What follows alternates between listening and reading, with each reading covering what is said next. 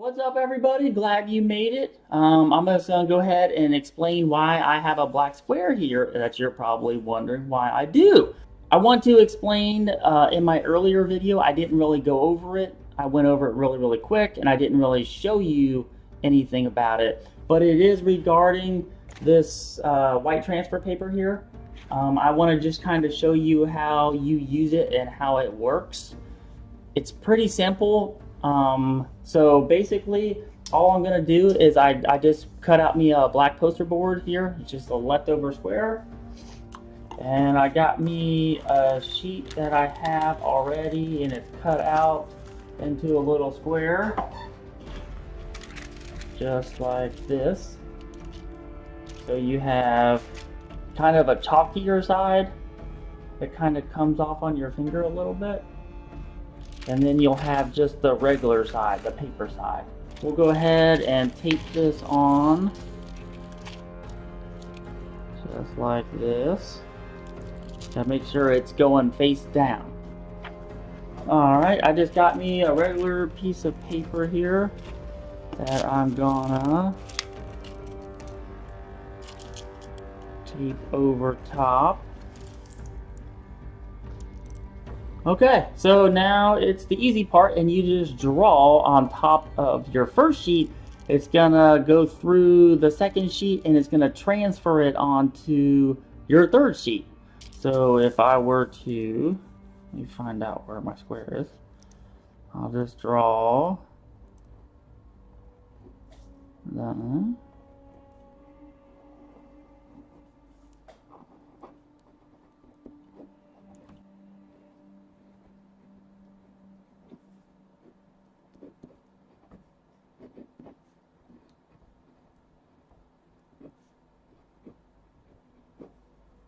Okay, so if you just pull up your one copy, pull up the transfer paper, and it will show up on your third copy.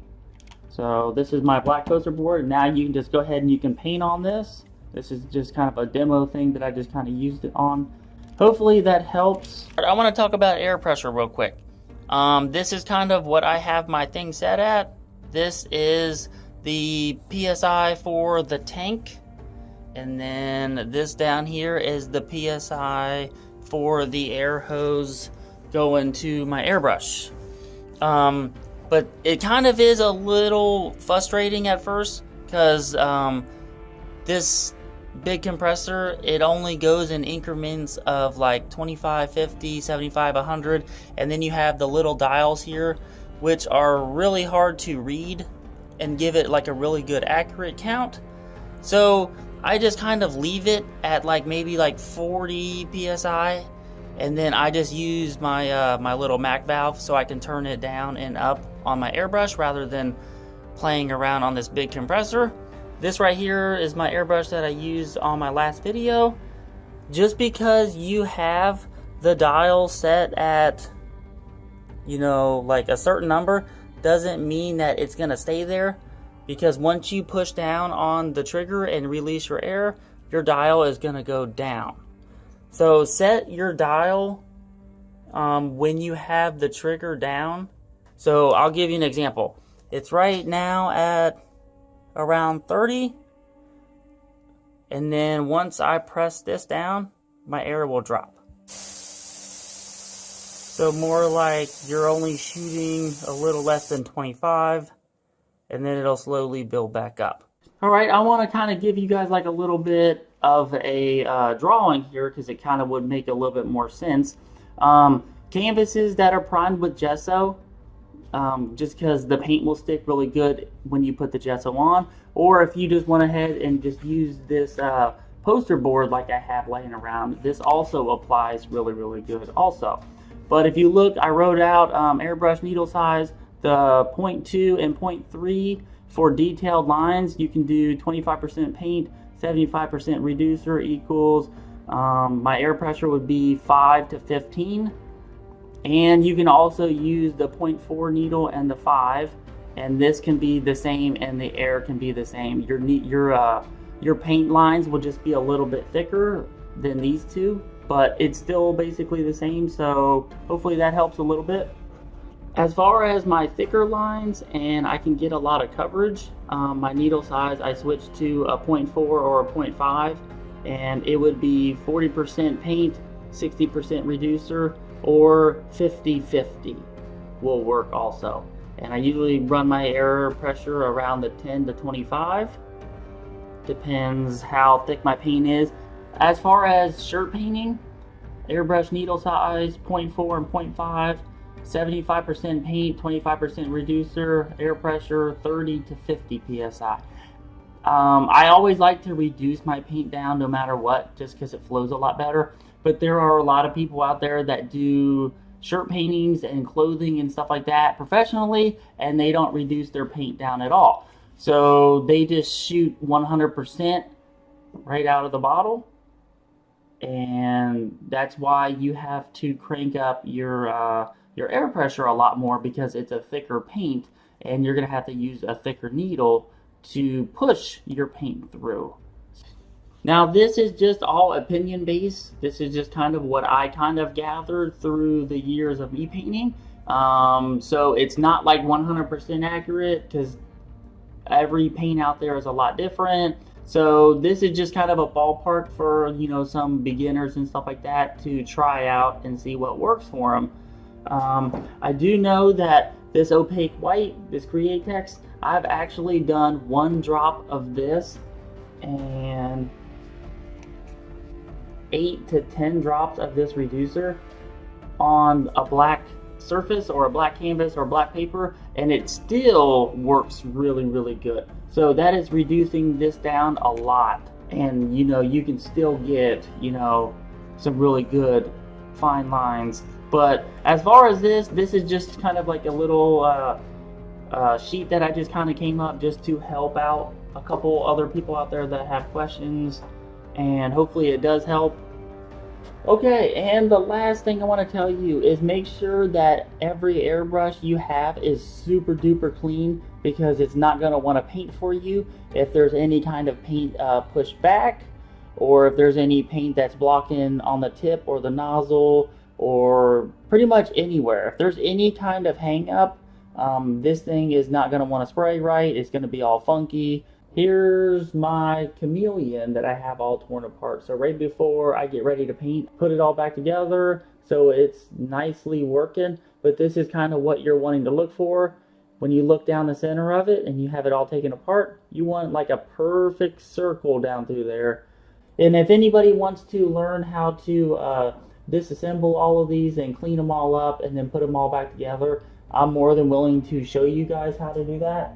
I got quite a few of them that are already broken down, but yeah, just let me know in the comments if you're wanting that. If not, then I'll just keep on moving on, because I know there's a lot of other videos out there that show you how to, you know, take them apart and then clean them and then put them back together. So, you know, just let me know. So either way, it's cool. Oh, and one more thing before I go.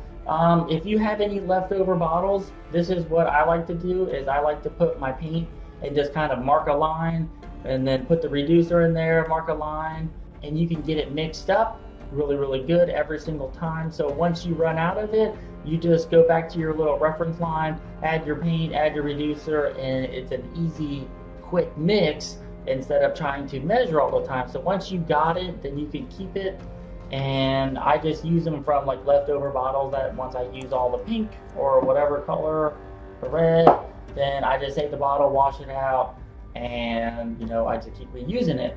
So, you know, you can make sure that everything is all mixed up and even before you put it in the airbrush, because I know a lot of these really thin needles, if you don't have it reduced down enough, as soon as you start to spray, it's going to clog up on you, and you're going to be taking it all back apart and then cleaning it out and then starting all back over again. So you just want to make sure, you know, your paint is really mixed up and it's really reduced down, especially if you got smaller needles. You're definitely going to want to do that because they're going to be more picky. But yeah, that's kind of like my little thing that I like doing, is putting them in the bottles. But, you know, feel free to experiment because everybody's different. So hopefully some of this video helps out a little bit. Maybe you learn something, maybe you don't, I don't know. But we will continue back on the alien here. Oh my gosh, I forgot something. Give me one more minute and let me explain something really, really quick. Oh geez, I got the hiccuppers. If you decide to use the bottle and put your paint in and then kind of measure it from your paint and then your reducer so you can get an exact measurement every single time, this is what I like to do, is I like to add the paint first and then put the reducer on top of that, because your paint is going to be heavier, so it's going to sit on the bottom, and then your reducer is going to sit on the top. So if you try to do reverse, and if you try to put your reducer down and then put your paint on top of the reducer, it's not going to work. It's going to want to mix in there and you won't be able to get an exact measurement. So by doing paint first and then reducer, it's going to sit on top, and that's the best way. And you can always put a flashlight on it to see either on the bottom. It's kind of hard to tell on the camera, or where are you?